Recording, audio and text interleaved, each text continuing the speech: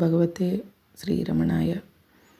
శ్రీ రమణ మహర్షుల వారు 700 భగవద్గీత శ్లోకాల నుంచి కూర్చిన నూతన క్రమంలోని 17వ శ్లోకం. సత్వానురూప సర్వస్య శ్రద్ధా భవతి భారత, శ్రద్ధామయోయం పురుషోయో యశ్రద్ధచ్చ స ఏవ సహ. తాత్పర్యము: ప్రతి ప్రాణికిని దాని యొక్క సత్వమునకు అనుగుణంగా శ్రద్ధ కలుగుచుండును. ఈ జీవుడు శ్రద్ధామయుడు. ఎవనికి దేని యందు శ్రద్ధ కలుగునో వాని స్వరూపము అదే అగును. వివరణము: సత్ యొక్క భావము సత్వము అనగా ఉనికి, అదియే స్వభావము. పూర్వజన్మల యందు ఈ జన్మమునందును గావింపబడిన ధర్మ కృత్యముల యొక్క సంస్కారము మరణకాలమునందు కొత్త జన్మకు కారణముగా అభివ్యక్తమగును. అదియే స్వభావమై దానికి అనుగుణంగా నూతనమైన శరీరం, మనస్సు, శరీరములు ఏర్పడును. ఆ స్వభావమును అనుసరించే శ్రద్ధ కూడా ఏర్పడును. శాస్త్రమునందు ఆచార్యుని అందు ఉండు విశ్వాసమే శ్రద్ధ.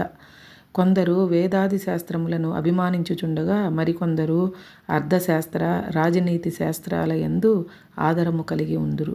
శ్రద్ధ అందలి భేదముల వలననే కొందరు రాజసులు, కొందరు తామసులు అగుచున్నారు.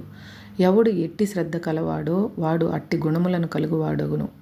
వాని ప్రవర్తన ఆ గుణములపై ఆధారపడి ఉండును. అట్లా అనుట వలన ఒక సందేహము కలుగును: మంచి పని చేయువాడు కూడా ఆ పనిని స్వభావము వలనే చేయుచున్నాడు, చెడ్డ పని చేయువాడు కూడా ఆ పనిని స్వభావము వలననే చేయుచున్నాడు. ఎవడును తన నీడ వలె తన స్వభావమును అతిక్రమింపలేడు. అట్టి ఎడల మంచి పనిని చేయువానిని ప్రశంసించుట, చెడ్డ పనిని చేయువానిని నిందించుట, దండించుట, అట్లు చేయరాదు ఇట్లు చేయవలెను అని శాసించుట దండగే కదా. అంటే ధర్మ ఉపదేశము వ్యర్థమన్నమాట. ధర్మ ఉపదేశము వ్యర్థము కాదు. స్వభావము ఏ పని అందైనను ప్రోత్సహించునే కానీ జీవుని నియమించదు. మన శరీరము, చిత్తవృత్తి, కులము, కుటుంబము, తల్లిదండ్రి, దేశము, కాలము, సంఘటనలు మొదలగు సందర్భములన్నీ అంటే కాంటెక్స్ట్ ఆఫ్ లైఫ్ ఇప్పటి మన సంకల్పములకు సంబంధము లేకయే ఏర్పడుచున్నమాట నిజమే. పరిసరములను అనుసరించి, పరిస్థితులను బట్టి, మన స్వభావమును అనుసరించియే సంకల్పములు కలుగుచుండుట సైతము యథార్థమే. ఒకడు దారిద్ర్యమునందు పుట్టి పెరుగుచున్నాడు అనుకును. చుట్టూను ఉన్నవారు దొంగలే అయినచో వానికి వెంటనే దొంగతనం చేసి డబ్బు సంపాదించవలెను అను తలంపు కలుగుట సహజము. దొంగతనము తప్పు అని ఇతరులు అనుకొనుచుండగా అతడు వినుచునే ఉండును. భిక్షముతో జీవించు వారిని, కష్టపడి సంపాదించుకున్న వారిని కూడా చూచుచునే ఉండును. అట్టి ఎడల భిక్షమెత్తుకొని గాని కష్టపడి జీవించాలనని తలంపు కూడా వానికి కలుగవచ్చును, లేదా ఇతరులు ఎవరైనా బోధింపవచ్చును. అప్పుడు వానికి దొంగతనమును కొనసాగించుటకు గాని, భిక్షమెత్తుకొనుటకు గాని, కష్టపడి సంపాదించుటకు గాని అవకాశము ఉండనే ఉన్నది. ఈ అవకాశమును పురస్కరించుకొని ధర్మశాస్త్రములు ప్రవర్తించుచున్నవి. స్వభావము, పరిస్థితులు ఒక విధమైన సంకల్పమును కలిగింపగలవే గాని ఆ సంకల్పముతో జీవుని నియమింపజాలవు.